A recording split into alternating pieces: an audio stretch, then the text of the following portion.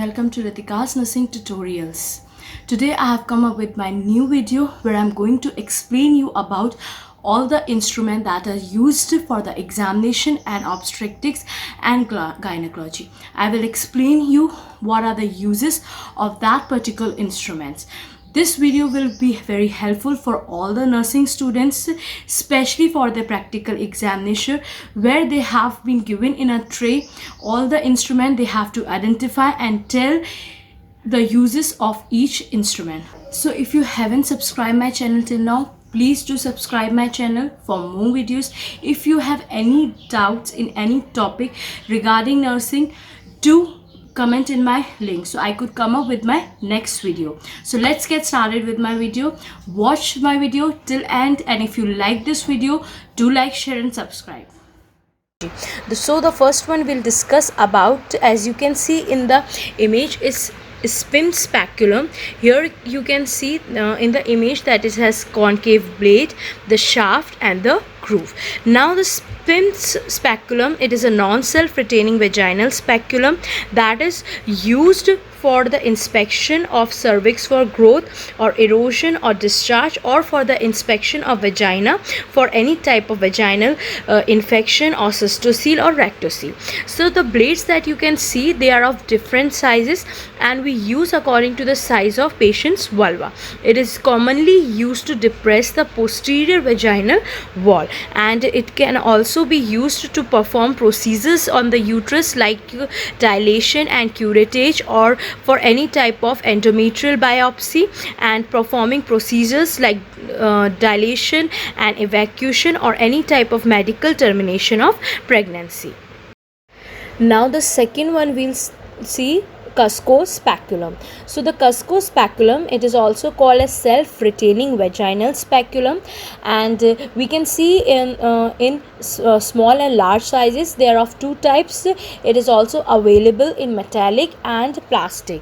Now here, as you see can see in the image, it has anterior blade, the posterior blades, fixation screw and the handle. The handle, it is at the right angle to the blade, so when the handle is closed, the blades will be open, and the screw mechanism will help the handle makes it self-retaining. So when you are the important use of this Cusco speculum, it for examination in obstetrics, just to visualize the cervix for any type of discharge or erosion, and if you want to perform any minor operations on the cervix like for biopsy or cautery, and it is also used in the IUCD follow-up and the removal. Now the third one we'll see is Sims anterior vaginal wall retractor.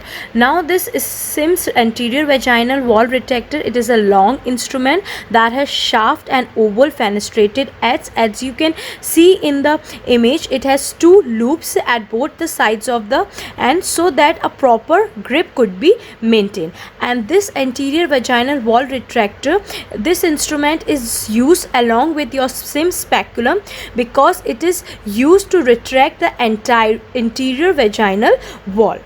And in this, when you're using this instrument, you'll be needing an assistant, because first you'll use spin speculum, and that spin speculum is mostly used to depress the posterior vaginal wall. Then along with that particular instrument, you will be using anterior vaginal wall retractor because it will retract the vaginal wall. So the use of this is just to retract the vaginal wall and to visualize the cervix in obstetrical and gynecological operations. The next one we'll see is valsalum. So it is a long instrument that is applied to hold the anterior lip or the posterior lip of the cervix, and it is usually 20 centimeter in length. As you can see in the image, it has teeth, blade, handle and lock. So the teeth, it has interlocking sharp teeth, so just to make a firm grip when you're holding the cervix, and it is locked so the procedure could be done easily. So the use of this valsalum is to hold the anterior lip of the cervix, and it should be grasped with the teeth of valsalem, and then the instrument is locked. So whatever the procedure we are doing, it could be done easily. And it is usually used in IUCD insertion or for DNC or the operations of cervix, like for biopsy or cautery, and for vaginal hysterectomy. The next one is uterine sound.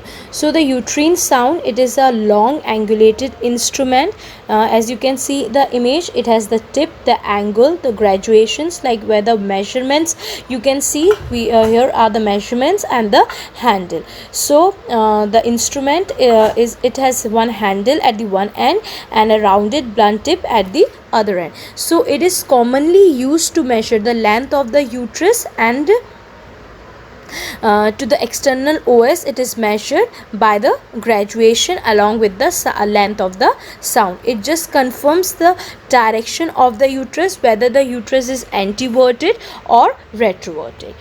It is also used as the dilator just before the operations on uterus and cervix, that is your DNC or SNE. The next one you see, it is Heger's dilators. So the Heger's dilators, as you can see in the image, it comes under different types of diameters and different type of sizes, and it is in two types, metallic and plastic. So these the Heger's dilators, they are curved double-ended dilators with conical tips that is used to dilate endocervical canal and your internal OS rapidly. So it is commonly used for the procedures of dilation, evacuation, or dilation and curettage, or dilation of the cervix. Now when you are inserting the dilators, we always start from the small sizes. We'll first insert the small size into the cervix, and gradually we'll go till we get the desired opening of the cervix. We'll go till then.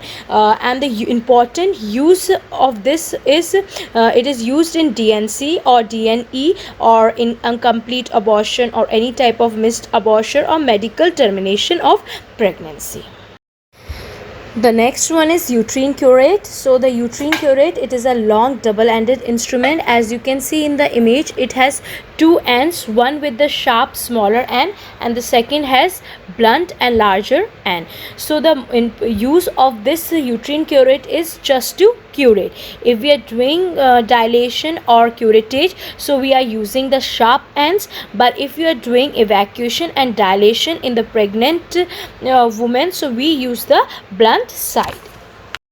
So the next one is ovum forceps. As you can see in the image, it has blades and the fenestration, and it is commonly used for the evacuation of products of any consumption during the time of abortion, and to evacuate the products of consumption in the secondary postpartum hemorrhage. And the most important advantage of this instrument is that it is have no catch.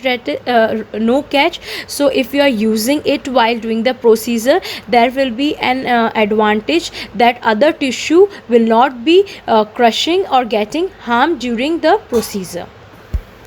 Now the next one is obstetrical forceps. As you can see in the image, so this obstetrical forceps, it is an instrument that is commonly designed for any operative vaginal delivery, and the main use is to hold the fetal head for speedy instrumental vaginal delivery during the time of second stage of labor. And it has two blades, that is right and the left blade, and it has two curves, pelvic curve. For pelvic curve, it has blades that follow birth canal curve, and cephalic curve, that the blades apply well to the fetal head, and it has shank and the lock and the handle. So there are two types of forceps in this. One is long curved forceps with or without axis, and second one is short curved forceps. So the next one is sponge holding forceps. Everyone knows about it.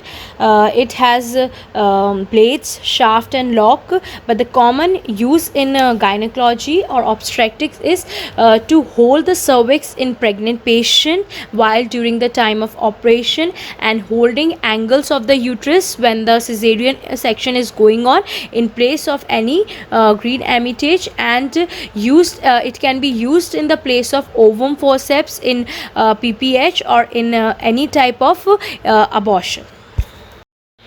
Now the next one is episiotomy scissors. It is episiotomy is giving at the crowning of the head, and as you can see in the image, it has angle blades, so we can easily insert it inside the vagina with the two fingers between the fetal head and the vagina. So this was my video about the instrument and the uses that are commonly used for the examination in obstetrics and gynecology.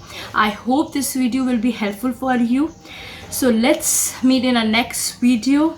Till then, bye bye and thank you so much. Please subscribe the channel.